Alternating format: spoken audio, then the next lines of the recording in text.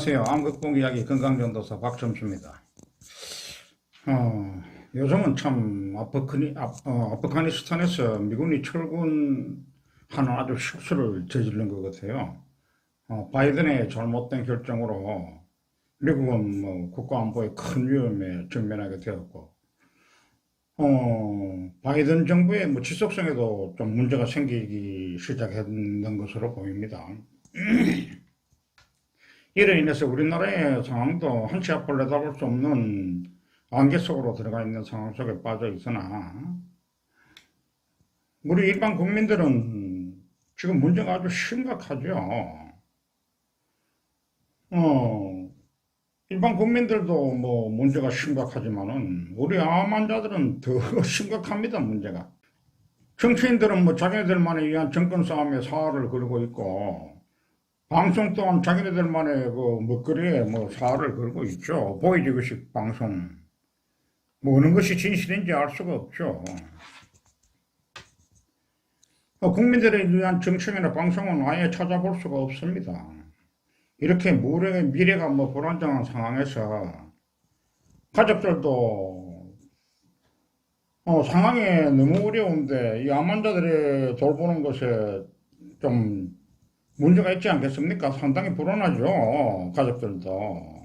환자들한테 관심이 자꾸 약해질 수밖에 없는 것이죠. 사실 독감 치사율이 0.1%라 그래요.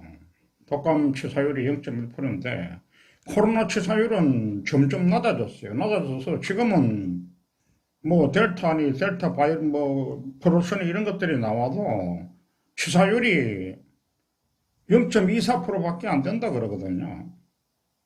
제가 보기에는 그리 걱정할 것이 전혀 아니라고 보입니다. 독감보다도 훨씬 약한 거로 보이는데 4배 이상이나 약하죠. 근데 정보를 믿을 수가 없어요, 정보를. 제가 무슨 정보를 가지고 있는 것도 아니고 이렇게 쭉 나름대로 정보를 보면서 상황 판단을 해보니까 우리가 정보를 넘쳐나지 않습니까, 정보가. 근데 거짓 정보가 너무 많아요. 거짓 정보가 너무 많으니까 어느 정보를 믿어야 할지 참말로 난감합니다. 우리같이 목숨을 걸고 투병하는 암 환자들에겐 잘못된 거짓 정보로 인해서 바로 생명하고 직결되지 않습니까? 이렇게 정확한 팩트를 동반한 정보가 절실한 때인데 일반 환자들이 정확한 정보를 어떻게 구별합니까? 사실상 불가능하죠. 그러므로 인해서 수많은 헤아릴 수 없는 사람들이 거짓 정보에 지금까지 헤아릴 수 없는 생명을 잃었습니다. 그렇다고 지금 현재도 상황이 전혀 나아지진 않죠. 최근 코로나 백신으로 몸살을 앓고 있고 백신만 접종하면 코로나를 다 극복하는 것처럼 언론에서는 이야기하는데 저는 솔직히 이런 뉴스에 의문을 많이 가지고 있습니다. 물론 어느 정도 면역력은 만들어지겠지만은 형성이 되겠지만은 백신만이 정답은 아니라고 보여집니다. 다시 한번 말씀드리지만은 비타민C와 MSM 그리고 각종 면역 치료로 면역력을 키우시기 바랍니다. 앞으로 코로나보다도 더 심각한 바이러스가 분명히 찾아온단 말입니다. 코로나 때문에 우리 암 환자나 다른 불치병 환자들은 아예 관심조차 지금 받지 못하는 세상이 되어버렸습니다.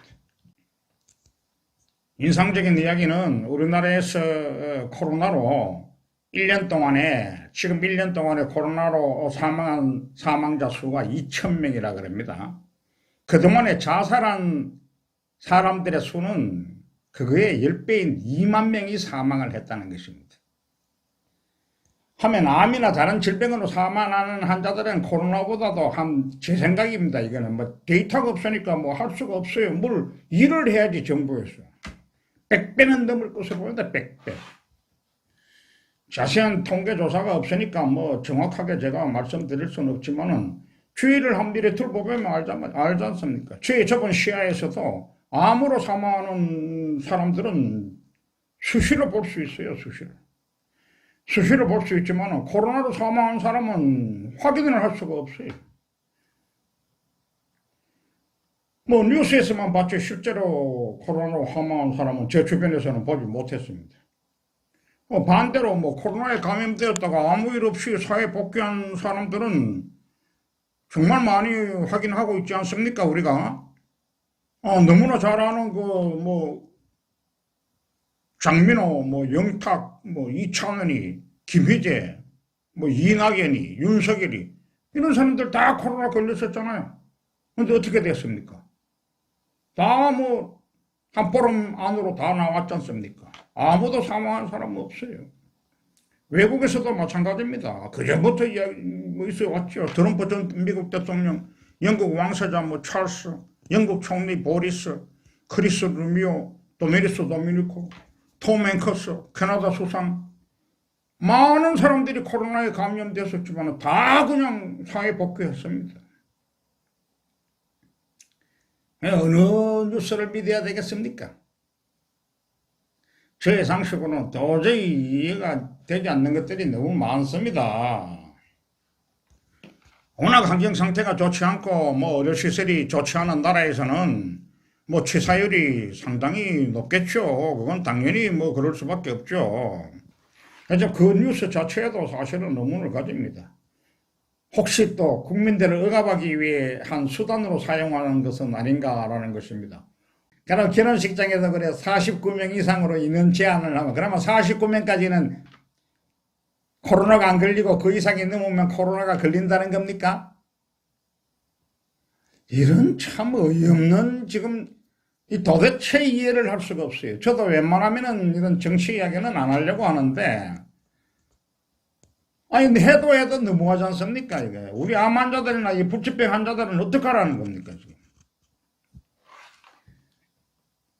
그러니까 예비 후보들이 뭐 트럭으로 시위하고 이제 서서히 시위들이 나오기 시작하지 않습니까? 좀 합당하게 서로가 이해할 수 있는 이런 정책을 내놔야지. 저는 저 혼자 살지 않습니까? 저는 이 음식하는데 솜씨가 없어요. 솜씨가 없어서 밥하고 설거지 하는 거에 정말 싫습니다. 싫어서 집사람이나 애들이 반찬 만들어주면은 그걸로 이렇게 하긴 하는데 밥은 제가 지어야 되고 설거지도 제가 해야 돼서 뭐 이렇게 일 바쁘게 하다 보면은 밥이 없어요. 그럼 나가서 식사를 해야 되는데 혼자 나가서 식사할 때도 마땅치 않습니다. 요즘은 웬만한 데 식당 문 다 닫았어요. 옆에 같이 먹을 사람도 없고 참 너무 불편합니다. 이렇게 제한한다고 해서 되는 것이 아니지 않습니까?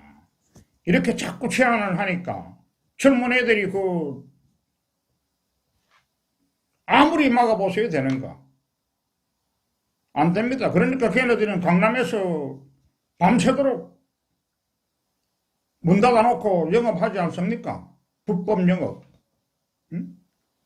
유원지에서도 불법 영업이 활개치지 않습니까? 이 풍선 효과의 풍선 효과. 여기 막으면 저쪽에서 튀어나오고 저기 막으면 여기서 튀어나오는 겁니다. 저도 얼마 전에 이제 제가 협심증으로 스텐스를 박아놨으니까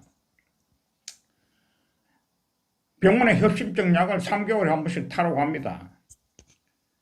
병원에 갔는데 엘리베이터가 뭐 좁잖아요. 한 10명 정도 타면은 가득 차는데 그게 10명이 가득 차요. 지하철, 버스, 엘리베이터, 좁은 공간에 말이 안 되는 겁니다. 음식점, 백화점 가보세요. 수많은 곳에서 사람들이 모여 있는데 왜 참 어렵게 힘들게 사는 자영업자들을 그렇게 영업을 방해하는지 정말 저는 이해가 되지 않습니다. 밤 10시 이후에는 코로나가 돌아다니고 밤 10시 이전에는 코로나가 안 돌아다닙니까?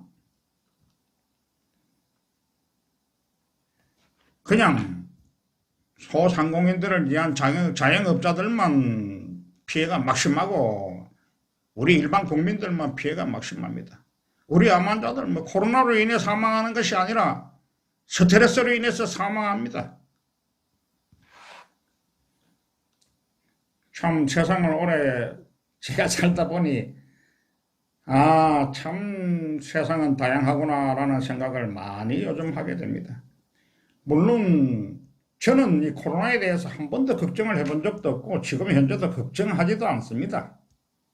그런데 다른 사람들이 같이 어울리려고 하지 않으니까 저도 자유가 완전히 박탈당하는 거죠. 타의에 의해서. 물론 뭐 대부분의 사람들은 필요에 의해서 사람들을 만나고 상대하죠.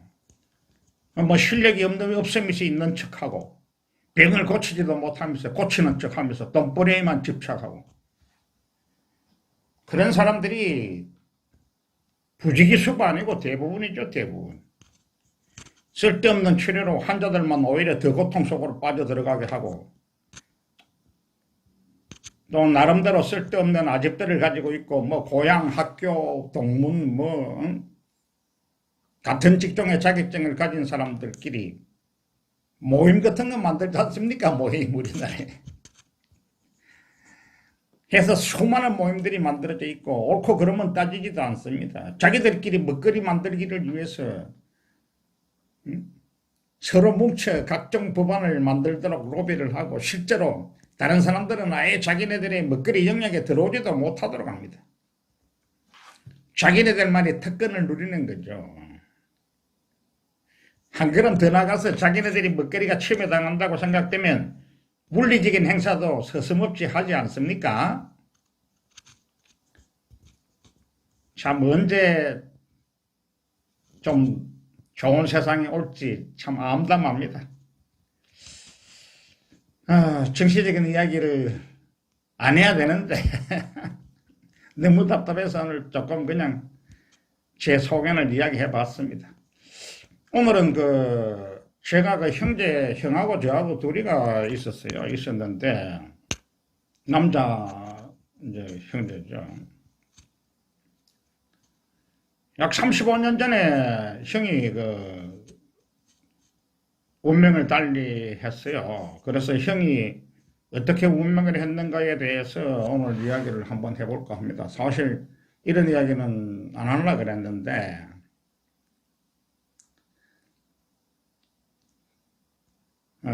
항상 평생을 저는 형의 울타리에서 벗어나지 못하고 있다고 해도 과언이 아닙니다.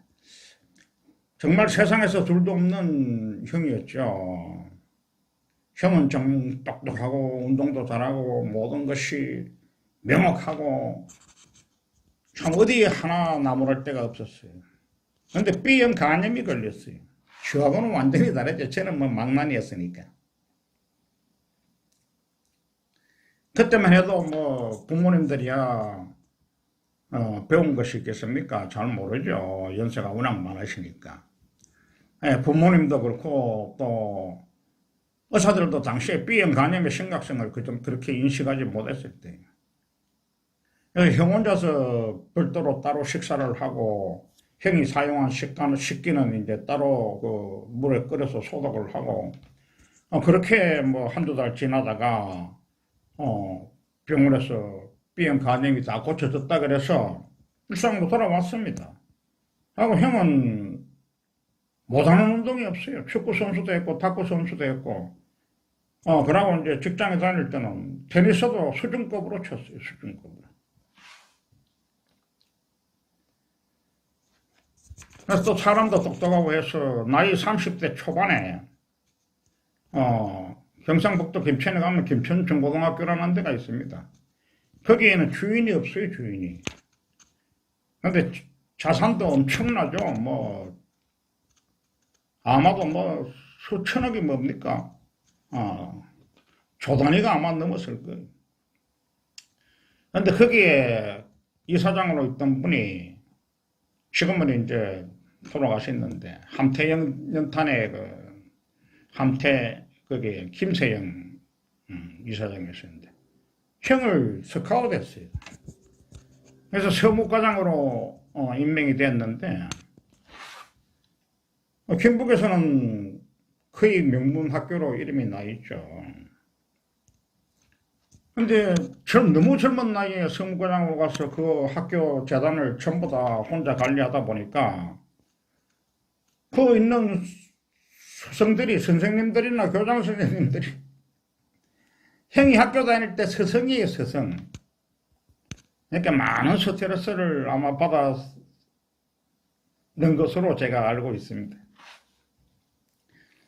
그래서 거기 있으면서 학교 일에 정말 전념하면서 많은 일을 했죠. 일을 하면서 그때 당시 이제 송설당 할머니가 전국 각지에 있던 부동산을 일제시대에 했던 부동산을 다 찾아내고 하면서 자산을 서서히 높여가고 했는데 일을 그렇게 해서 그런지 몰라도 하여튼 B형 간염이 걸리고 난 다음에 B형 간염이 끝난 줄 알았는데 그게 아니었습니다.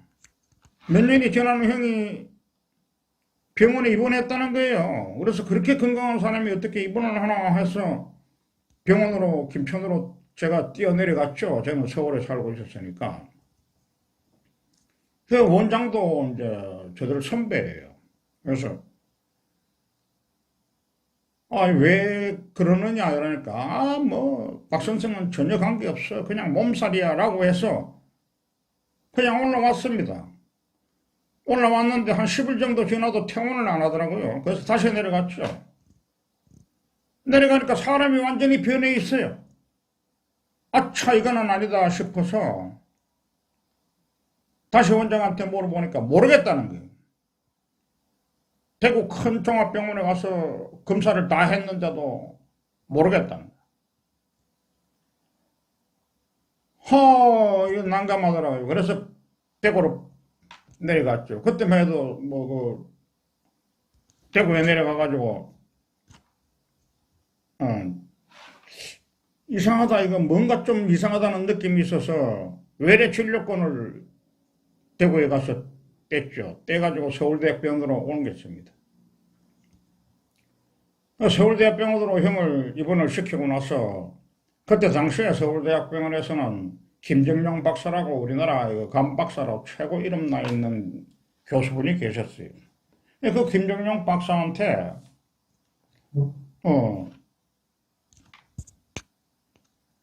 자료를 전부 다 주고 검사를 하고 했는데 며칠이 지나도 아무런 이야기가 없는 거예요. 그 주변에는 막 의사들이 따라다니니까 말 걸기도 힘들 정도예요. 그래서 다짜고짜로 물어봤죠. 어떻게 된 거냐고. 그때서 힘들다고 이야기를 하시더라고요.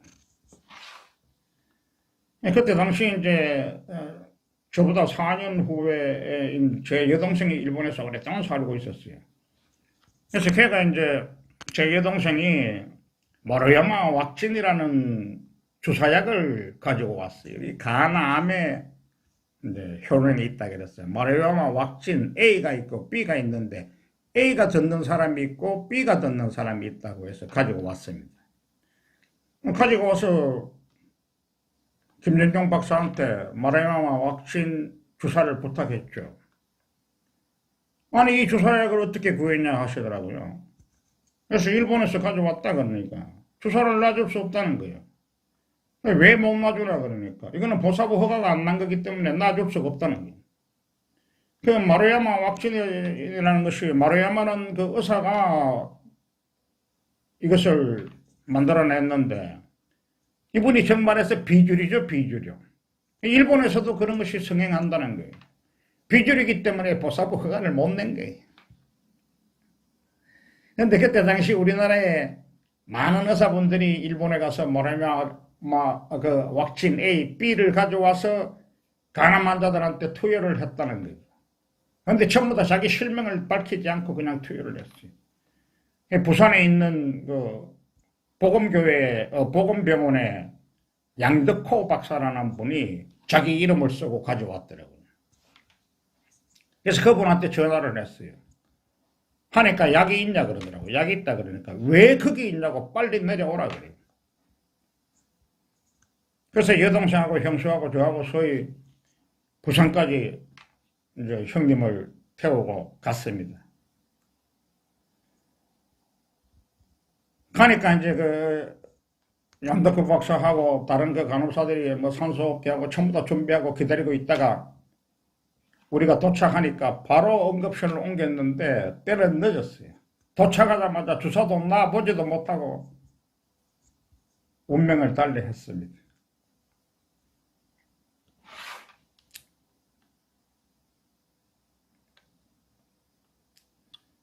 정말 너무나 젊은 나이에 그렇게 허무하게 삶을 마감하고 말았으니까 우리 집안은 완전히 모든 것이 끝나버렸어요. 저 역시도 그렇고 아버지 어머니도 그렇고. 그래서 아버님은 그 후에 집에서 밖으로 나오지를 않았어요. 집에서 그냥 항상 제가 아버님이 그거 할 것 같아서 우리가 그냥 단독에 살았었는데 시내가 이렇게 보이는 4층으로 이사를 했거든요.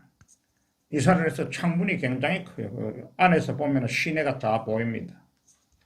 수도산 그 밑에 있는 주택인데.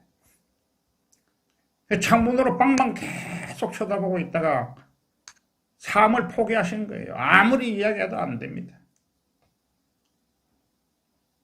그렇게 해서 아버님도 결국 사망하셨고, 어머니 역시 마찬가지죠.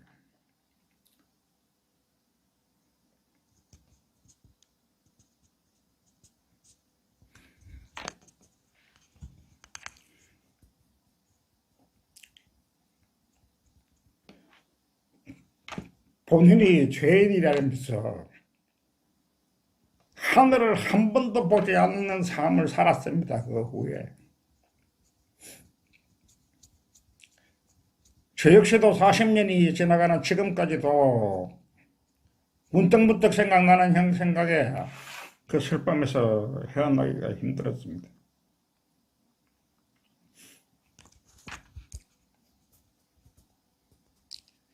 위선자들에 대한 분노로